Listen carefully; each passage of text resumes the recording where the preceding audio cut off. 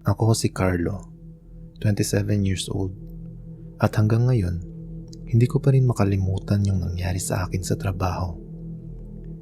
Hindi ko alam kung paano ipapaliwanag, pero sigurado ako, may ibang nilalang sa opisina namin. Nagtatrabaho ako noon sa isang maliit na IT company dito sa Quezon City. Kakaunti lang kami sa opisina, mga 5 hanggang 6 kada shift.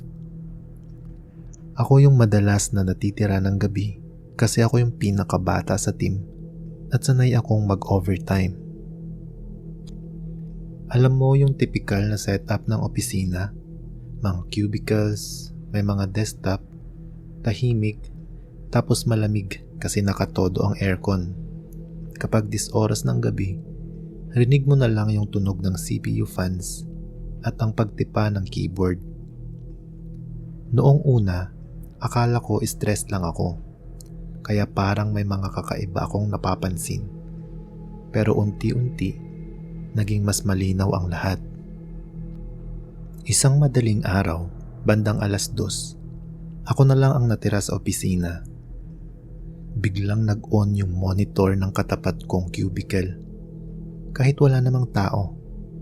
At ang nakalagay lang sa screen ay ang salitang, "Hello." Nagulat ako syempre, kasi hindi namin ugaling mag-prank sa ganyan. Saka, hindi siya normal na Windows pop-up. Parang nakatype lang sa notepad. Pero, wala namang naka-open na ganoon. Hindi ko yun pinansin. Inisip ko na maka-glitch lang.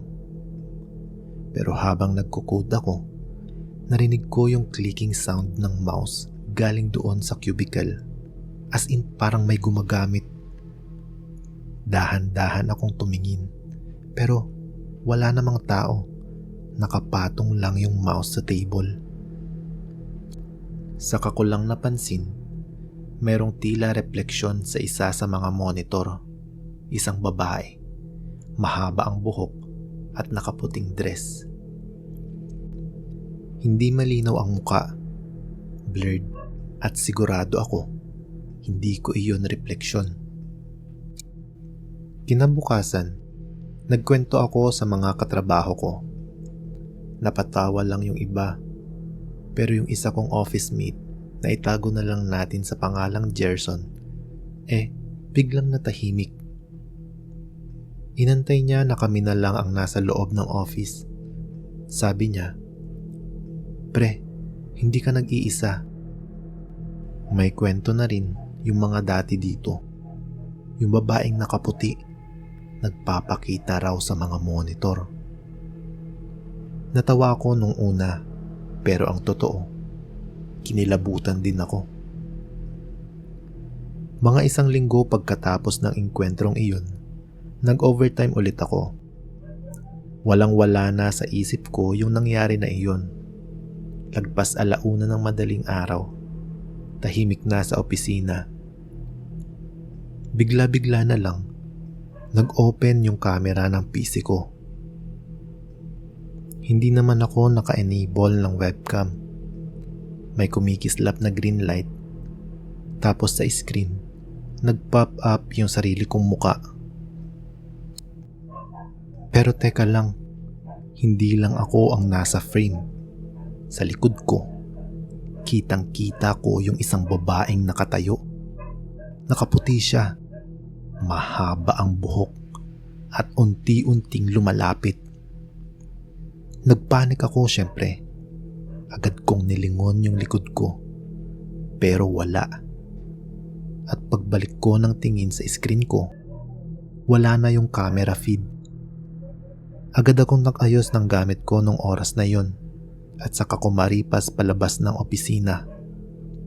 Hindi ko na sinubukan pang antayin kung magpapakita pa ulit ang babae sa computer. Lumipas ang ilang linggo na kalmado naman ang lahat. Parang walang nangyari. Akala ko hanggang doon na lang. Pero mas lumala. Minsan, kahit naka-off yung PC ng katrabaho ko, May biglang lilitaw na mukha ng babae. Maputla at nakatitig lang. Minsan naman, may maririnig na typing sounds kahit wala namang tao.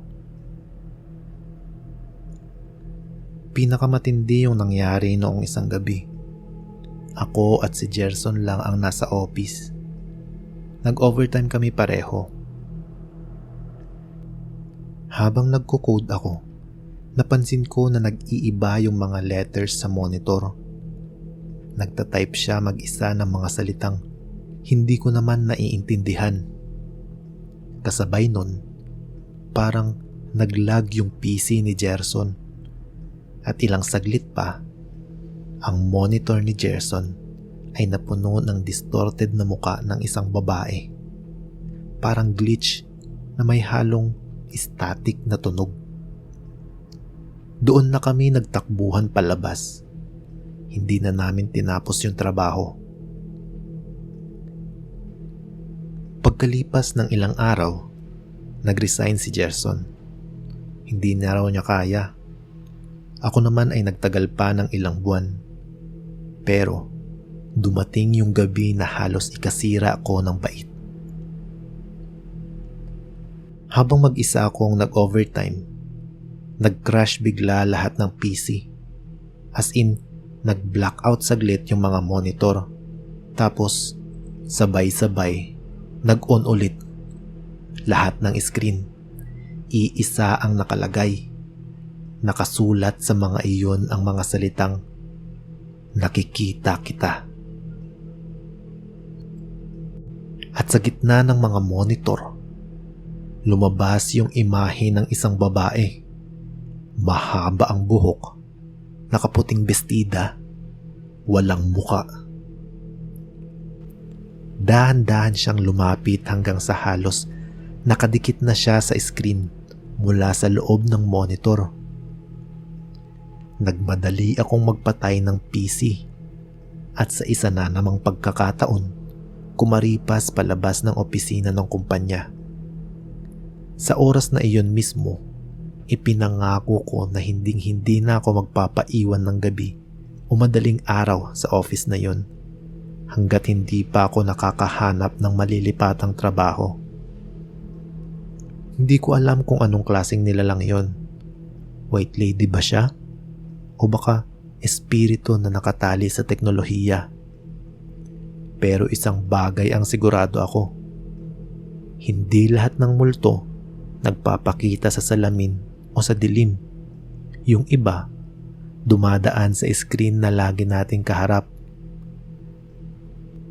Kaya naman sa mga makakarinig ng kwento ko, kung minsan may makita kang kakaiba sa monitor mo, isang sulat, refleksyon, o kaya isang muka na hindi sa'yo, huwag mong ipagwalang bahala.